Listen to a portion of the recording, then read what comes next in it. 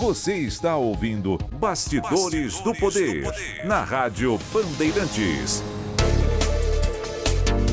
Bem, o nosso ouvinte já sabe que nessa hora do programa a gente traz muitos convidados aqui para o estúdio digital da Rádio Bandeirantes. Até aproveito já para pedir para você dar uma olhadinha também no youtube.com/Rádio Bandeirantes Oficial. A gente tem a nossa transmissão em áudio e vídeo. E quem está conosco hoje é a Mônica Rosenberg. A Mônica é advogada. Ela tem um trabalho em relação, primeiro, à transparência na política, em boa gestão de recursos públicos, também de luta pela presença feminina com mais peso na vida política brasileira e está agora também no Renova BR, o nosso ouvinte já conhece, que é aquela ONG, aquela entidade que promove novas candidaturas e dá àqueles que querem entrar na política conhecimento e instrumentos para participar das eleições. É sobre tudo isso que ela vai falar aqui com a gente. Mônica, seja bem-vinda, boa tarde, tudo bom? Boa tarde, muito obrigada por estar aqui, Thaís e Pedro. Muito feliz em poder estar aqui falando de renovação. Hoje eu estou realmente no Renova, que é uma escola de formação de lideranças políticas, né? Mais do que preocupação com empurrar candidatos, é formar hoje candidatos e eleitores. A gente precisa olhar para os dois lados, porque a política está precisando de muita renovação e isso é uma coisa muito profunda, né? As pessoas estão procurando esses movimentos aí para obterem informações. As pessoas querem entrar na política, Mônica? Assim, a gente hoje tem um fenômeno ao contrário. Antigamente, ninguém queria saber de política, né? Era uma coisa que a gente não chegava perto. Hoje está começando a haver esse movimento da sociedade entender que é nosso papel estar envolvidos na política e tem mais de uma forma de fazer isso, né? Não precisa só ser candidato. E aí eu queria primeiro fazer um esclarecimento que o Renova não é um movimento. É importante a gente separar, porque existem movimentos e que têm valores, são importantes, têm uma atuação relevante, positiva, de todos os lados do espectro ideológico, mas o Renova não é um movimento. O Renova não tem bandeiras, o Renova não tem pautas, o Renova tem gente de todas as cores, tamanhos, lados, posicionamentos. Todos eles têm voz e todos eles estão sendo formados para fazer uma política mais transparente, com um olhar de gestão, de eficiência, de políticas baseadas em evidências, né? A gente parar de fazer política com as entranhas. Então, isso é que o Renova está trazendo para a sociedade. Então, o perfil, né, de quem está procurando uma ajuda assim, para entrar na política, está procurando orientação, é bem variado. Você tem desde pessoas que terminaram o ensino médio, quanto aqueles que têm pós-graduação em MBA, é isso? Exatamente, tem tudo. Tem de todas as idades, tem de todas as classes sociais. Então, tem gente que não terminou o ensino médio, mas que viveu muito de perto os problemas do brasileiro. Então, que tem essa capacidade, esse olhar, e que a gente tem que ajudar, então, a achar um caminho. E aí tem aquela pessoa pós-graduada que estudou em escola privada a vida inteira e viajou sempre para o exterior nas férias, e que também tem que ser trazido para uma realidade. Então, o legal do Renova é essa mistura de pôr todas essas pessoas juntas numa sala de aula e dizer, e agora? Como que a gente resolve juntos, conversando, o problema do Brasil, das cidades, né, tão diferentes, problemas entre si, realidades diferentes, porque não adianta a gente ficar brigando, e não adianta dizer, tá, ele é diferente de mim, e o que eu quero é que ele seja destruído. A polarização hoje é um problema muito sério, muito sério. A gente não está mais pensando em como resolver os problemas, né? A gente está pensando em como atacar o outro, e a gente não vai nunca renovar a política enquanto a gente ficar na personalização. Mônica, você acha que falta qualidade para os nossos políticos? E quando eu falo em qualidade, não estou fazendo aqui o julgamento de corrupção, não é isso. Mas, na verdade, é falta de conhecimento técnico, às vezes até de conhecimento geral sobre a estrutura, a constituição do próprio país, para poder transformar, às vezes, uma vontade em alguma coisa que saia ali do plano da ideia e seja concreta? Eu não tenho dúvida de que falta qualidade. O que não quer dizer que não haja exceções, tá? Nem todo mundo Mas isso é um quadro brasileiro? Eu entendo que isso é um quadro cultural nosso. Nós temos a nossa cultura, que é muito específica, muito nossa e maravilhosa. Eu amo o Brasil. Mas tem questões culturais ligadas à corrupção, tem questões culturais ligadas à impunidade, tem questões culturais ligadas ao fato de a gente não fazer delação. Então, a gente não gosta de falar que o colega está fazendo uma coisa errada. Isso é uma coisa cultural do brasileiro. Você vê o seu amigo fazendo uma coisa errada, você sabe que está errado, você pode até dar um toque nele, mas raramente a gente vai dizer para o chefe, olha, está tendo uma atuação que não é regular. Então, tudo isso é uma questão cultural que eu entendo que no Brasil reforça essa situação política nossa, que não ajuda a nossa sociedade a ser o que ela mereceria ser, porque é um povo maravilhoso, né? Como é que a gente quebra isso, Mônica? Com educação, com muita educação e com punição, não no sentido de tem que pôr as pessoas na cadeia, mas a certeza da punição é uma coisa que muda o comportamento da sociedade. Você vê, os Estados Unidos, quando você está lá, você sabe que se você fizer uma coisa errada, vai ter sanção. Se você atravessar a rua fora da faixa, vai aparecer um policial do nada e você vai ter as consequências do teu ato. Então, eles não pensam em fazer coisa errada, porque senão eles sabem que eles vão ter que arcar com as consequências. A gente aqui, por que tem tanta corrupção? Porque além do sistema ser travado, além dos obstáculos serem enormes, além de todas as barreiras que existem, você precisar de artifícios para transpor, você sabe que nada vai acontecer. Então, o empresário pensa, poxa, eu vou pagar aquele fiscal e nada vai acontecer comigo. Ele vai e comete a corrupção. Então, a gente precisa começar com a certeza da punição. E uma punição severa, dura. A hora que o brasileiro souber que a hora que ele pisar fora da linha, ele vai ter uma punição, e a hora que a sociedade entender que isso é errado para todo mundo, e que corrupção mata, e mata as pessoas mais vulneráveis e quem mais precisa, talvez comece a haver uma mudança, tanto na forma como a sociedade enxerga o ato da corrupção, porque hoje a gente fala, não, mas é bobagem, todo mundo faz. Na sociedade tem que mudar isso, e o corrupto tem que saber que ele vai preso. Ô, Mônica, participação feminina na política, né? Um dos maiores debates que a gente tem aqui quando a gente fala da distribuição de verba pública, fundo partidário, né? É a imposição de candidaturas femininas para os partidos políticos. E a gente vê algumas investigações em curso, resquícios da última eleição, que sugerem que algumas mulheres foram usadas, né, como laranjas, para que esse dinheiro pudesse ser usado para outras candidaturas. Como que isso está sendo tratado aí nessa formação de novas lideranças? Infelizmente, essa prática a gente sabe que continua. E esse é uma das consequências negativas da cota, porque a hora que você cria uma cota, você acaba criando a necessidade desse tipo de prática. A gente sabe que ainda tem partidos que estão colocando mulheres laranjas. No ano em que eu fui candidata, 2018, a gente falava muito que na eleição anterior, 14 mil mulheres foram candidatas sem saber que eram candidatas. Elas tiveram 0 votos. Nem a mãe votou nelas. Então, é uma questão que a gente precisa realmente começar a discutir. Mas eu, por exemplo, não gosto do bordão de que mulher vota em mulher. Eu acho que a gente tem que votar em bons candidatos. E a gente precisa ter boas mulheres candidatas. E o desafio é trazer mulheres para serem candidatas. Porque as renúncias que a mulher tem que fazer são muito grandes. É muito difícil. E eu vejo, hoje a minha busca pessoal é de trazer mais mulheres. No Renova, a gente está sempre procurando. E as mulheres não vêm. Não sei se não querem, se não podem, se as condições não estão criadas. Mas é muito difícil convencer uma mulher a ser candidata. A gente até consegue chegar no nível de dizer, ajude uma campanha, participe, que já é uma boa coisa, porque participação política, vamos lembrar, não é só ser candidato, tem várias formas de participar da política e é importante que todo mundo participe.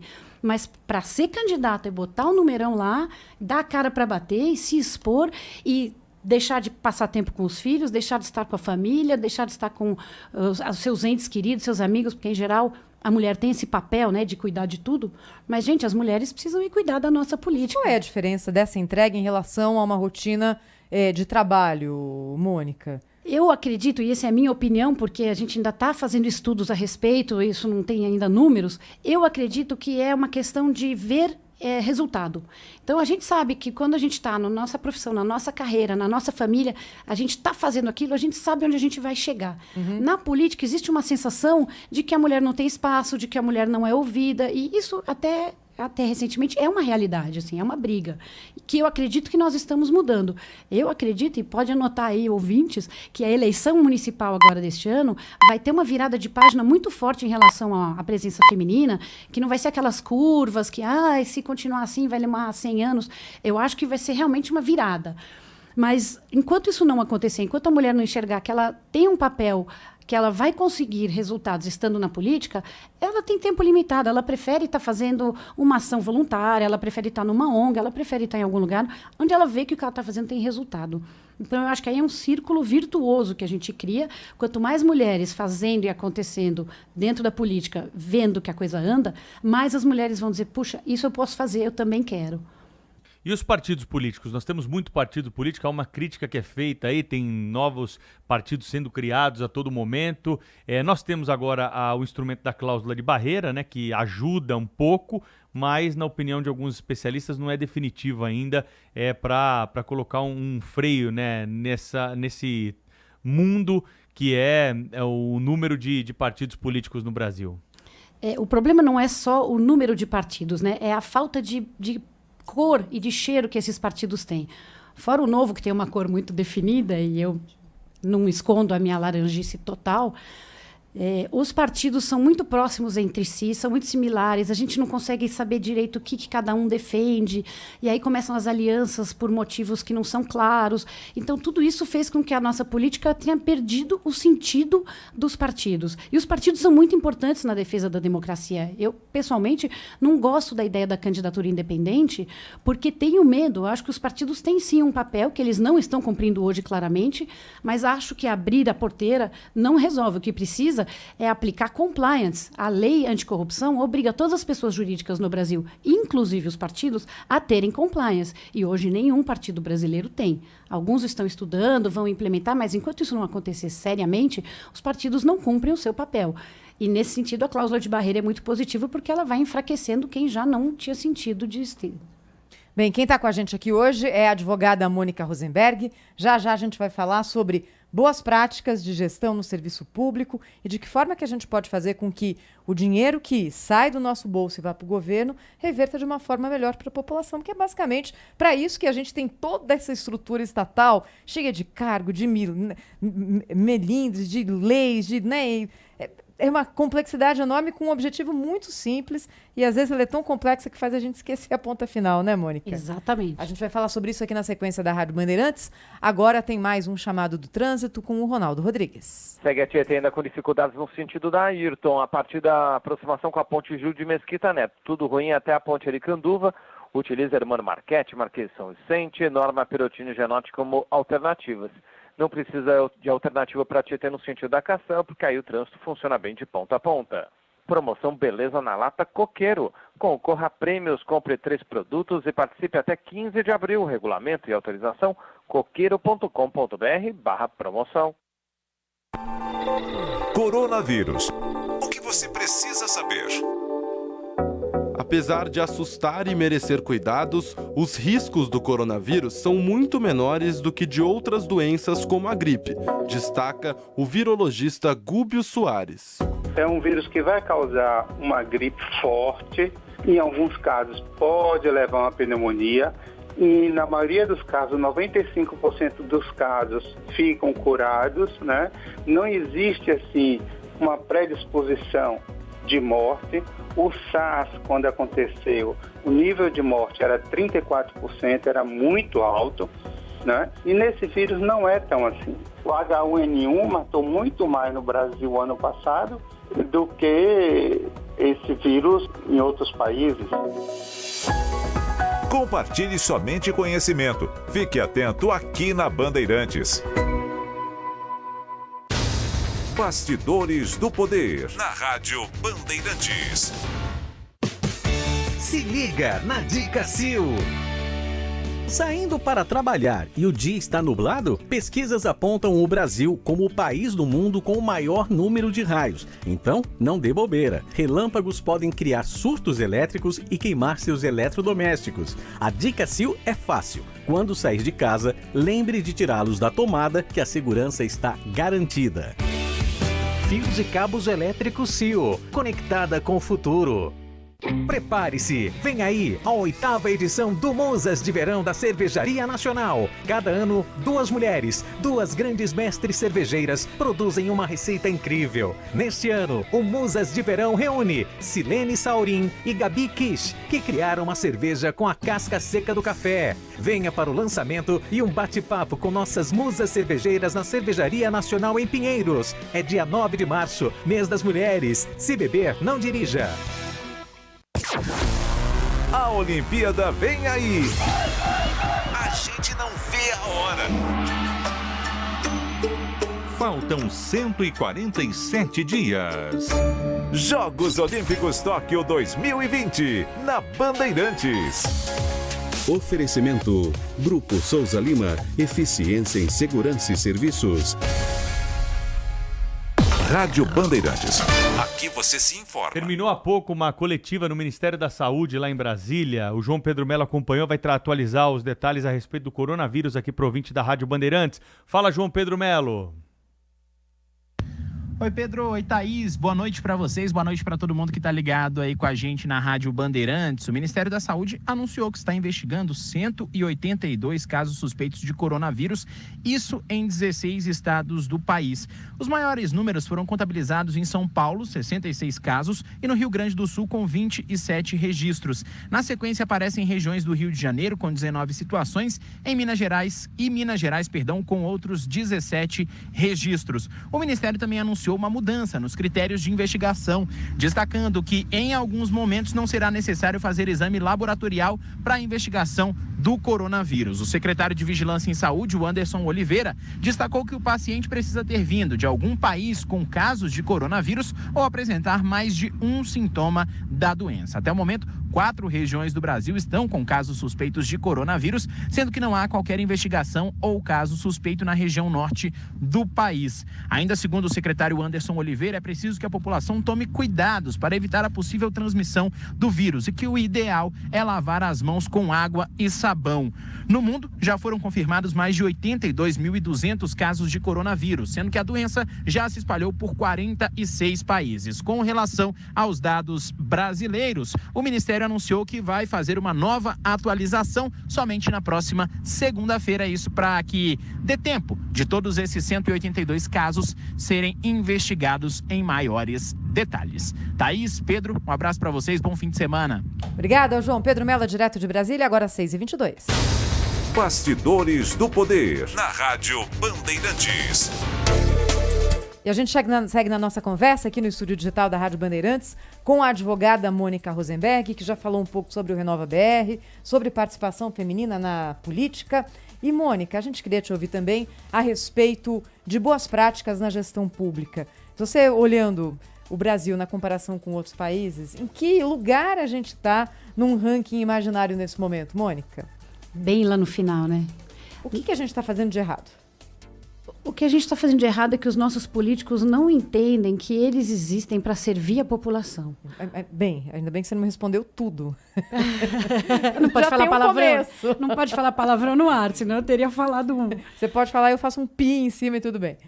A questão é essa. Eles estão lá, aí é aquele círculo de novo vicioso da corrupção. Muitos dos nossos governantes, no sentido não só do governador eleito, mas de quem está na cabeça das agências e nas entidades públicas, eles estão colocados lá para criar perenidade num ciclo de corrupção. Então, ele é colocado pelo parceiro para roubar. Ele não está ali porque ele é competente, ele não está ali porque ele conhece daquele assunto.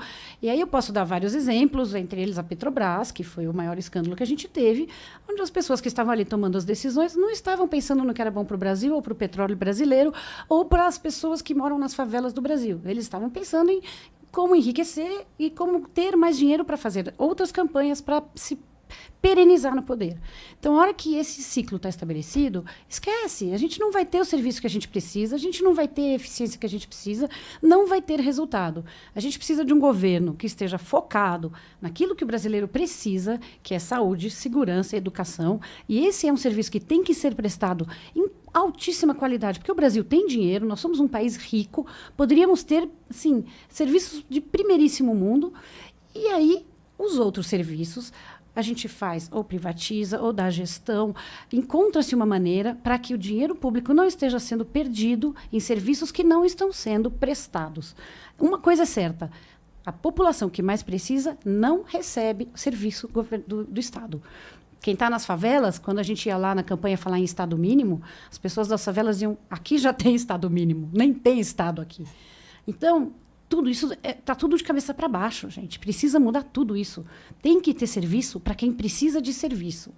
E aí começa com o engajamento do prestador de serviço público. Quem está atendendo a população tem que enxergar que política pública se faz com base em evidências, olhando resultados, fazendo testes, vendo se o resultado esperado veio, adaptando se não teve o resultado esperado, para que a população seja atendida. É só para isso que a gente tem Estado. Agora, é claro que você está colocando ali o objetivo maior e a gente tem que olhar de fora, de fato, o que acontece, não é, Mônica? E lembrar que a realidade está aqui, nos nossos pés, não é? Na realidade de hoje, o que a gente consegue fazer de forma fácil que já possa gerar algum tipo de resultado? Hoje existe o controle social. É uma coisa que está começando a tomar corpo no Brasil. Eu fui uma das fundadoras do Instituto Não Aceito Corrupção. E a gente tinha um parceiro muito forte, que é o Observatório Social do Brasil, que está em 400 cidades do Brasil inteiro. O que é isso? Pessoas, cidadãos comuns, contadores, gestores, que se unem para olhar as contas públicas. Ah, por quê? Tudo tem roubalheira? Não, às vezes é má gestão. Às vezes o dinheiro está sendo gasto, mal gasto, porque aquele gestor não percebeu que tinha uma solução melhor. Na hora que a sociedade, usando da tecnologia que hoje está disponível, usando de uma coisa chamada blockchain, que eu amo, e que quem não conhece blockchain tem que olhar agora na internet o que é e se informar. Peraí, explica pra gente. Explica pra gente. O ouvinte não vai pegar isso aí, não. Fala. Blockchain é uma tecnologia de distribuição de dados que é absolutamente segura e absolutamente transparente. Ou seja, eu fiz uma transação com você no blockchain. Aquela transação não pode ser fraudada, não pode ser mudada e está para sempre num livro-conta da internet. Então, se a gente, por exemplo, um exemplo maluco, colocasse as emendas parlamentares todas em blockchain, que é uma ideia que eu já tinha lá atrás na campanha e as pessoas não entendiam, mas quem entendia falava uau, e que os outros deputados falavam ui. Você coloca esse fluxo financeiro em blockchain, nessa tecnologia que é totalmente controlada, você diminui muito a roubalheira. Porque fica muito difícil, você não tem como sair daquele esquema. O BNDES já faz empréstimos com tecnologia blockchain. E aí tem uma questão de você transformar o dinheiro em dinheiro eletrônico e ninguém mais mexe com o dinheiro. Isso seria uma coisa revolucionária. Não é difícil de fazer, falta vontade política. Da mesma forma que a gente poderia submeter a transparência permite que essas contas todas sejam submetidas a um olhar do cidadão. E aí a gente pode ver, apontar onde que está tendo roubo, onde está tendo desvios que a gente não entende e onde que está tendo má gestão que poderia ser acertado. Então, se tivesse vontade política, dava para fazer rapidamente trazendo resultados. Como que é o curso lá no Renova? Conta um pouquinho para o ouvinte da Rádio Bandeirantes aí. O que vocês ensinam lá? Tem que pagar alguma coisa para fazer o curso? Como que funciona? Não precisa pagar nada para fazer o curso. A gente pede um depósito de R$200, que é para garantir o compromisso do aluno, porque se ele não põe pouquinho que seja dele, ele fica pouco comprometido.